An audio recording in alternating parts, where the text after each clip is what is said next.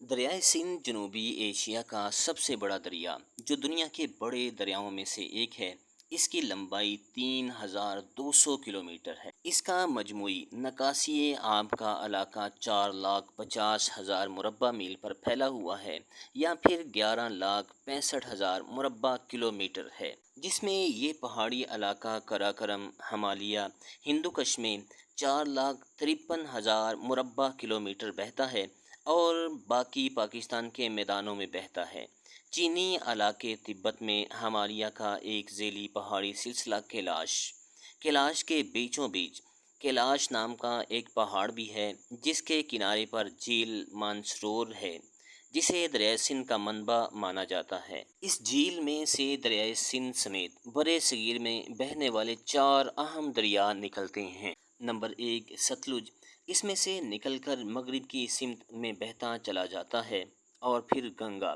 اس میں سے نکل کر جنوبی سمت اختیار کر جاتا ہے، اور پھر برہما پترا اس میں سے نکل کر مشرق کی سمت بہتا چلا جاتا ہے، اور دریائے سندھ اسی جھیل میں سے نکل کر شمال کی سمت بہتا ہوا پاکستان کے اندر داخل ہو جاتا ہے۔ ایک زمانے تک دریائے سندھ کی تحقیق جھیل مانسروور تک ہی سمجھی جاتی تھی، حتیٰ کہ 1811 میں ولیم مور کرافٹ نے اس علاقے میں جا کر بتایا کہ سندھ کا نقطۂ آغاز جھیل مانسروور نہیں بلکہ جھیل میں جنوب سے آ کر ملنے والی ندیاں ہیں۔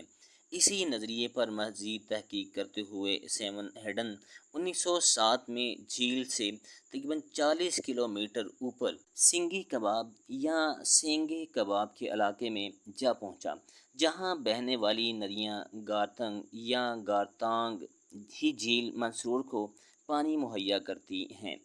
اس لیے گارتنگ ندی دریائے سندھ کا نقطۂ آغاز ہے۔ سینگی کباب کا مطلب ہے شیر کے منہ والا، اسی مناسبت سے دریائے سندھ کو شیر دریا کہا جاتا ہے۔ گارتنگ ندی شمال مغرب میں سمت سے آ کر جھیل مانسروور میں ملتی ہے۔ یہاں سے دریائے سندھ دریائے لداخ کی سمت اپنا سفر شروع کرتا ہے۔ دریا کے شمال میں قراقرم، جنوب میں ہمالیہ کے سلسلے ہیں، اور نیبرا کے مقام پر سیاچن گلیشیئر کے پانیوں سے بننے والا دریا نیبرا اس میں آ کر ملتا ہے۔ یہاں تک دریا کی لمبائی تقریباً 450 کلومیٹر ہے۔ پھر یہ دریا پاکستان کے علاقہ بلتستان میں داخل ہو جاتا ہے۔ دریائے سندھ پاکستان میں داخل ہوتا ہے تو ساتھ ہی ایک اور دریا اس کے اندر شامل ہو جاتا ہے، جس کا نام ہے شیوک۔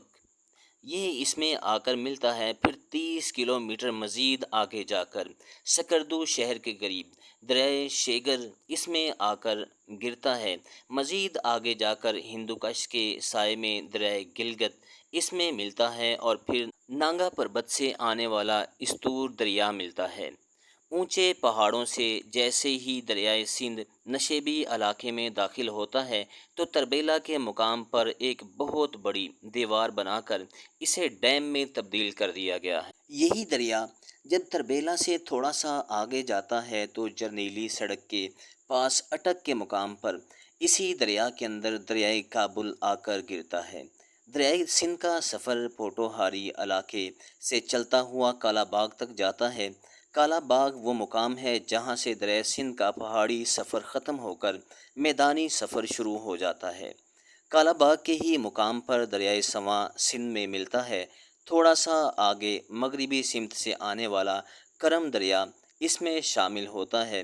مزید آگے جا کر کوہ سلیمان سے آنے والا گومل دریا دریائے سندھ میں شامل ہو جاتا ہے، اور پھر مظفر گڑھ سے تھوڑا آگے جا کر پنجنت کا مقام آتا ہے، جہاں پنجاب کے پانچوں دریا جہلم، پنجاب، راوی، ستلج، بیاس آپس میں مل کر دریائے سندھ میں سما جاتے ہیں۔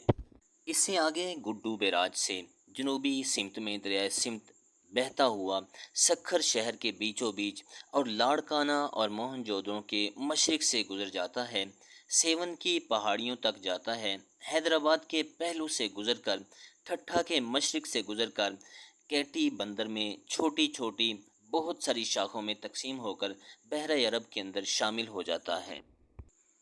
اس دریا کو یہ اعزاز بھی حاصل ہے کہ اس کے نام پر سندھ اور ہندوستان یا انڈیا کا نام پکارا جاتا ہے۔ خیبر پختونخوا میں اس دریا کو اباسین یعنی دریاؤں کا باپ کہتے ہیں، جو ضلع صوابی کی تحصیل چھوٹا لاہور کے ایک گاؤں ہینڈ سے گزرا ہے۔ اسی دریا کے کنارے آریاؤں نے اپنی مقدس کتاب روگ وید لکھی۔ روگ وید میں اس دریا کی تعریف میں بہت سارے اشلوک ہیں۔ یہ برصغیر کا واحد دریا ہے جس کی ہندو پوجا کرتے ہیں، اور اس دریا کو اڈیروں لال یا پھر جھولے لال بھی کہا جاتا ہے۔ اس دریا کے کنارے دنیا کی ایک قدیم ترین تہذیبوں میں سے ایک منفرد تہذیب نے جنم لیا۔ قدیم زمانے میں اس دریا کو عبور کرنے کے بعد ہی وسطی ایشیا یعنی برِ صغیر میں داخل ہو سکتے تھے۔ اسی دریا کو اس کی تندہی اور خودسری کی وجہ سے اسے شیر دریا بھی کہا جاتا ہے۔